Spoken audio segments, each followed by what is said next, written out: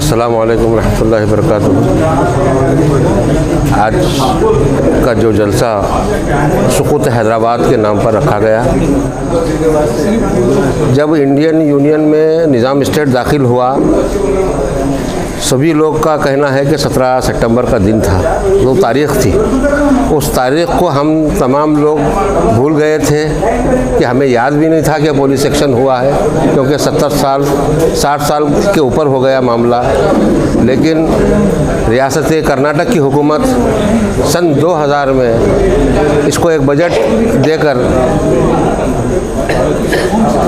निज़ाम सरकार के जो अज़ला कर्नाटक में शामिल हुए हैं, वहाँ पर हिंदुस्तान का झंडा लहराया जाता है 17 सितंबर को, और आज़ादी मनाई जाती है। यौम इंज़िमाम कहा जाता है या यौम नजात कहा जाता है, जो भी कहो।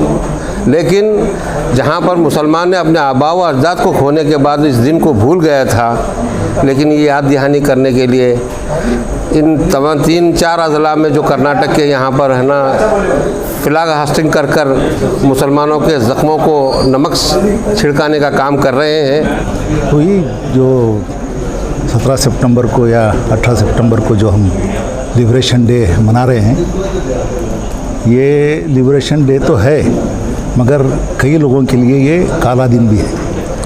कई लोगों के लिए ये वो दिन है जिसको हम याद नहीं करना चाहते, मगर ये जो सरकारें हैं इसको मना के वो लोग जो इस दिन से गुज़र चुके हैं, उनको तकलीफ़ होती है। तो इसीलिए क्या है, हम सरकार से अपील करते हैं कि इसको एक दोस्ती का दिन या एक सद्भावना दिन, एक ऐसा दिन जहाँ पे सब लोग मिलके एकजहती का मुजाहरा करें और अपनी जो भी हैं चीज़ों को भुला के क्या है इस मुल्क की तामीर में कैसे शामिल हो जाए, उस तरह दिन मनाएं।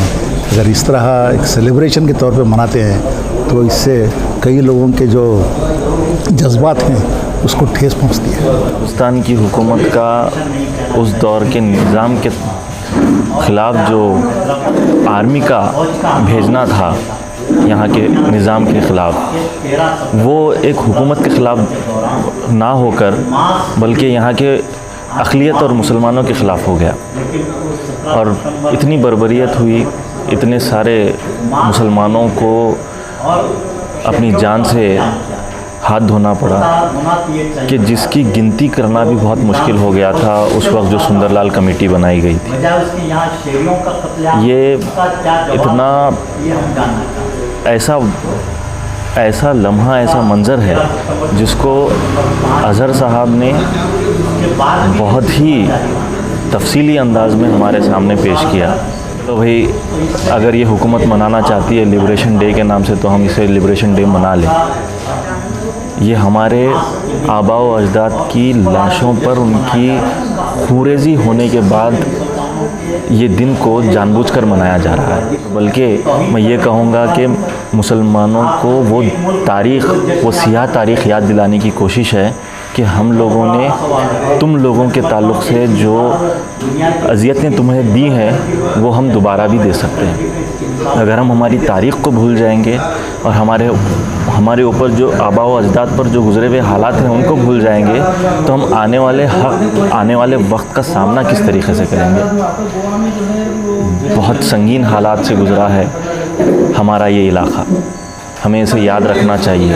और मैं समझता हूँ कि ये तारीख़ को तमाम तर नौजवानों तक पहुँचाना, उम्मत मुस्लिमा के उन नौजवानों तक पहुँचाना हर एक की ज़िम्मेदारी है, और ये तारीख़ को उन तक पहुँचाना अपना फ़र्ज़ समझकर हम अगर पहुँचाएँगे तो आने वाले वक्त और हालात के लिए भी हम तैयार हो जाएंगे।